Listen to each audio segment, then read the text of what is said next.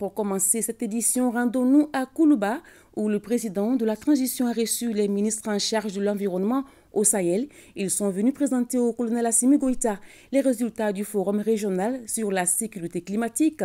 Face aux défis, les ministres proposent des stratégies. Les détails avec Ibrahima Traoré. Climat, sécurité et paix au Sahel, triptyque au cœur d'un forum régional porté par le Mali.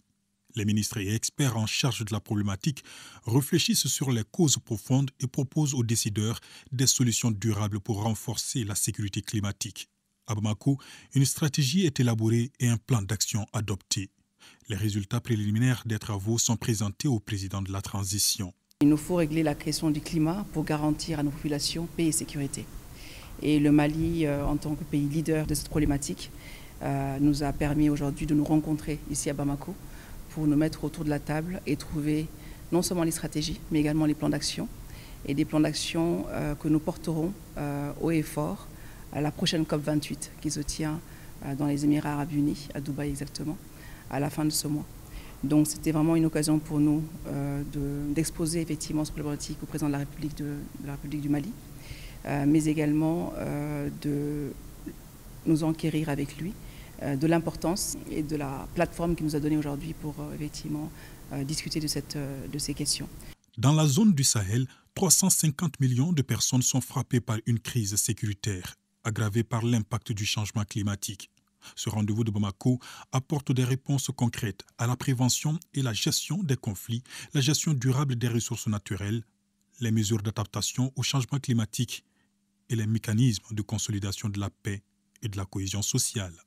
Le changement climatique crée des situations de déplacement des populations et ce qui crée des risques de conflits potentiels entre éleveurs, agriculteurs et éleveurs-agriculteurs.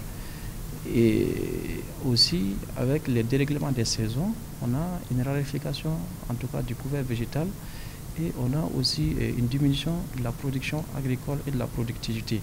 Donc, ce qui fait que les populations deviennent vulnérables.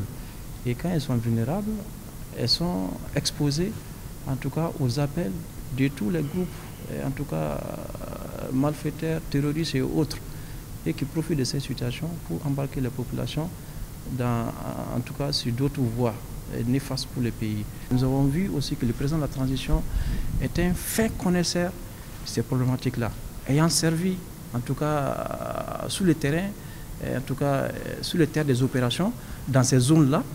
Et il nous a donné des instructions, il nous a donné des conseils et nous allons travailler pour les mettre en œuvre et ça va enrichir aussi les résultats en tout cas de nos travaux. Il nous a rejoints sur cette problématique pour dire que l'environnement doit être au centre, la résolution de la problématique climat doit être au centre des politiques de développement et nous devons pouvoir parler d'une seule voix et porter haut la voix du Sahel pour qu'avec le monde entier, nous trouvons les solutions et les voies et moyens effectivement pour résoudre ces questions du climat et qui va justement ruisseler vers les questions de paix et de sécurité.